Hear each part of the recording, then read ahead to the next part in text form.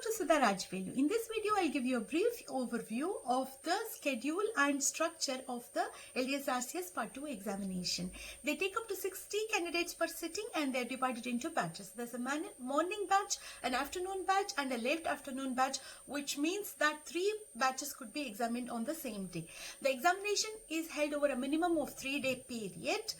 And the first day will be OSCI, Objective Structured Clinical Examination, which lasts up to 2 hours. On the second day, there will be unseen cases, which is Objective Structured Long Examination, which lasts up to another 2 hours. The final day will be an operative test on Manikin, and this lasts up to 3 hours. In one of my earlier videos, I have discussed regarding preparing for practice from GDC. I've put it on the link above. You could watch it, where I discuss about the domains and the linked learning outcomes. LDS RCS Part 2 examination, you are marked for these learning outcomes, so it's a good idea to watch the video. What competencies will be checked on? Professionalism, your professional behavior and attitude. Also, dress code is important. You need to dress professionally as you're awarded marks for this. Your interpersonal communication and social skills are checked, and if you have poor communication skills, you can fail the examination. Your clinical knowledge base, your critical thinking, judgment and decision making regarding patient clinical scenarios are marked. Let's now focus on the first day of the examination, which is OSCI. So you go to the reception desk, you register and provide suitable identification. The examiner will come and give you a briefing regarding do's and don'ts, what is expected from you, as well as all about the OSCI examination. And all your electronic gadgets, your mobile phones and other things will be taken away. Once the briefing is finished, you will get an opportunity to ask questions, and they will answer all your questions, and you are escorted by the staff to the examination venue. There are about 20 OSCI stations, out of which 4 are rest stations, 16 are active OSCI stations. At the active OSCI stations, you will have a written OSCI, actor OSCI, medical management of emergencies and skilled OSCIs. There will be 4 ME stations, medical emergency stations, and these are knockout stations. If you fail any of them, you will fail the entire examinations. Therefore, quite important to be spot on on all of these. So each OSCI will last for 6 minutes, 1 minute to read the question and 5 minutes to perform the OSCI. What sort of OSCIs you get? You get communication stations, law and ethics stations, oral health advice, or it could be GDC principles, scope of practice, it could be a medical legal case, so there will be mix and match of these cases. So what are rest stations? At the rest stations, you simply sit down and relax. They'll give you drinks, and you just wait, whilst drink whilst you wait for your next OSCI. So it could be anywhere in the beginning, middle or end, and it depends on what order the staff have arranged the OSCIs and your candidate number. So what happens once you reach the examination venue, there are rooms inside, and you will stand in front of the room, and you will turn back when the bell rings and read the question. You'll be given 1 minute to read the question. You need to grasp the question quickly, and as you're walking through the door, best thing to organize in your mind as to what you are going to perform there. So for example, if it's an actor OSCI station, you will have an actor and an examiner. The actor can simulate a patient. It could be a child, adolescent or elderly patient. It could even be a relative or a school teacher. So you need to interact with the actor accordingly.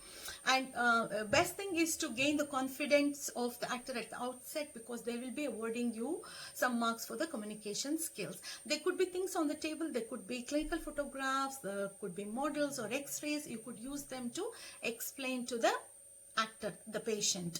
The examiner is allowed to just prompt you once. He sits there, watches your interaction with the actor and keeps marking you. He will maintain expressionless face, and you can't make out whether you've done well on the exam or not by just looking at his face. So this is about the actor station. At the written OSCI station. It's similar to actor OSCI station, but you will have to write down the task. It could be anything. It could be prescription writing, it could be dental charting, a referral letter, or a clinical scenario where you need to arrive at diagnosis, a differential diagnosis or treatment planning. The examiner will just observe you. He is not going to interact with you in this station. In a skilled OSCI station, you will have a Manikin where you will have to perform a practical procedure. It could be rubber dam placement, for example. It could be splinting a knocked out tooth. The armament area and the instruments are on the table. The PPE will be provided, and you need to wear the appropriate PPE, and you need to perform the task. The examiner will not interact with you and he will mark you. It's quite important to maintain the health and safety here in this OSCI, because if you fail that, you will fail the examination. At the medical management of emergency station, there could be a Manikin again. You need to treat the Manikin like a live patient. You need to perform the procedure on either the Manikin or the live patient. There could be drugs on the table. The drugs will be placed on the table. There will be a telephone to call the emergency. There will be oxygen and other equipment. The examiner can interrupt you while you're performing the medical emergency. He can ask you questions regarding the drugs or guidelines or anything. Sometimes he just watches and lets you do the procedure. You need to be safe and follow all the steps. You need to follow the ABC, as well as you need to call the emergency. If you miss anything, you fail the station and you fail the entire examination. So this is about the OSCI stations. The next day is the unseen cases. It's a bit more, you'll have a bit more time to think and organize. It's not as rushed as the previous day. However, you still need to perform this exam professionally and not take it lightly. There'll be about 4 unseen cases, each lasting about 32 minutes. You'll have 1 or 2 minutes to read the question and 30 minutes slot for the unseen cases. Each is divided into 3 10-minute slots. In the first 10 minutes, you enter the room. There will be examiner and actor. You need to take a case history, a detailed case history, and you need to write down as well. You will be marked for your writing. It needs to be legible. The examiner watches you interact with the patient. You need to maintain the eye contact, good body posture, and ask questions. Don't miss anything. Take the case history properly. Don't miss allergies or previous history of hospitalization. The patient is on any anticoagulants. So don't miss it, because you need that information for the next task. Then you will be taken to the next room where you will be provided with pen and paper. There is nobody in that room. You will also be provided, for example, with a prescription pad or BNF. You might need to prescribe drugs. You might need to write a referral letter. And also you will be given a question, what task you need to perform. It could be writing up a differential diagnosis or investigations or treatment planning. You need to plan and organize it properly. Whenever you are ordering an investigation like X-ray or prescribing antibiotics, you need to justify your action. So you write down everything there in 10 minutes, and then you go back to the same room for the next 10 minutes, which is the management phase, where you will explain your investigations treatment plan to the patient. The patient can ask you questions, and you need to rationally explain as to why you arrived at a particular diagnosis or treatment plan. You could use diagrams to explain to them. You could also use the clinical photographs or X-rays provided to you to explain to them clearly. The examiner watches your interaction and he marks you on that. What sort of cases you get for unseen cases? It could be any oral lesions, it could be medico-legal cases, it could be a safeguarding, child or adult. It could be any of these cases. This is about the unseen cases day. Finally, on the final day, you will have an operative test on Manikin. It's usually held at the Dental Clinical Skills Laboratory in Queen Mary's at London. My experience was, I really enjoyed working on the Manikin and the instruments provided. It's a pleasure to work on them. It's really good. And, you arrive at the desk, reception desk, register, provide suitable identification. The examiner will come and give you a briefing regarding the examination. Questions will be answered. There can even be a GDC representative to oversee that all the examination is fairly carried out. You will be sometimes you will given a questionnaire to answer. Subsequently, you are escorted to the dental lab where the examination is conducted. So you will get another briefing as you sit down, and a video is played. You need to watch the video.